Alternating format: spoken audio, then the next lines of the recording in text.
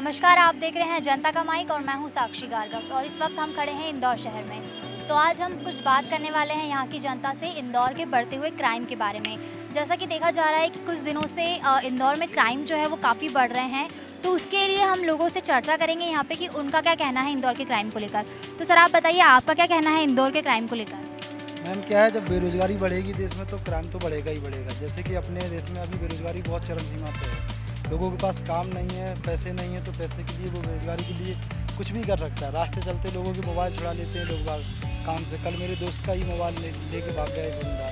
ये रहता है बेरोजगारी का मतलब कोई वो नहीं। अगर बेरोजगार काम रहेगा लोगों का तो ऑटोमेटिकली बेरोजगार मतलब क्राइम कम हो जाएगा। तो ये बेरोजगारी को लेकर है।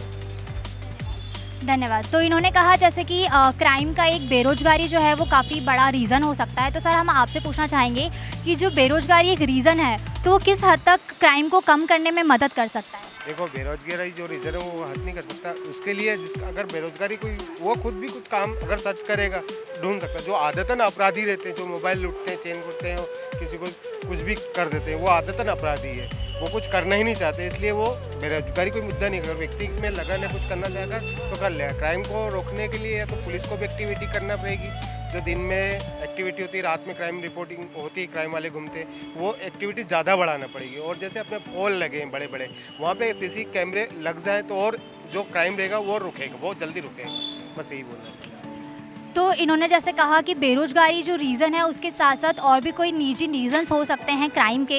तो सर हम आपसे ये पूछना चाहेंगे कि जो अभी हाल में इंदौर में नए मामले जो क्राइम से बढ़ते आ रहे हैं, जिसमें एक किन्नर ने एक राह चलते युवक को चाकू मार दिया, तो उसमें जनता का कितना रोल होना चाहिए कि अगर वो क्राइम देख रही है तो वो हद तक रोक सकती है उस क्राइम को, लेकिन जनता इस मामले में कुछ करती नहीं है, वो आगे बढ़ जाती। तो वो जनता को किस तरीके से हमें जागरूक करना चाहिए कि कम से कम क्राइम हो, या अगर आप रोक सकते हैं उस क्राइम को तो आप रोकें? एक्चुअली मेरा मानना है कि जो क्राइम हो रहा है इसमें ना सबसे ज़्यादा इंसान को खुद को जागरूक होना ज़रूरी है। क्योंकि अपन खुद जागरूक रहेंगे तो अपने क्राइम को हर चीज़ से बचा सकते हैं। आज अपने में हिम्मत है कि अपन यहाँ चल रहे हैं, फिर भी अपने में ये कि अपने को डर लगा है दिल के अंदर कि नहीं मेरे को कोई छीनने का नहीं। अपना खुद को जागरूक होना है। किसी को दोषी नहीं ठहरा जा सकता है, जैसे प्रशासन को ये हो गया वो हो गया। हर जगह पुलिस अपने लिए एक्टिव नहीं रहेगी।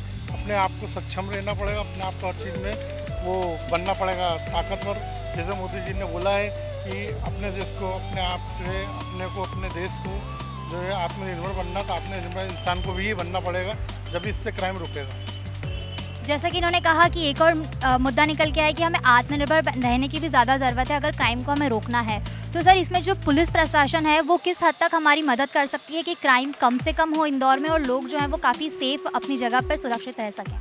पुलिस प्रशासन तो अपना काम करती है, पर उसके लिए अपने को भी उसके सपोर्ट करना पड़ेगा पुलिस का। जैसे कोई क्राइम हो रहा है तो आप वहाँ देखते हो, वीडियो बना लेते हो, वीडियो बनाने के 100 डायल करके पुलिस को सूचना दे तो पुलिस आए तो वो क्राइम बंद होगा। व्यक्ति डर जाता है कि मेरे को पुलिस, फिर मुझे जाना पड़ेगा पुलिस थाने, यहाँ जाना पड़ेगा, वो डर हटाना पड़ेगा व्यक्ति को। आपको भी खुद तो जैसे सर ने बोला आत्मनिर्भर बनना पड़ेगा, तो अपन भी आत्मनिर्भर बनेंगे तो क्राइम रुकेगा वो।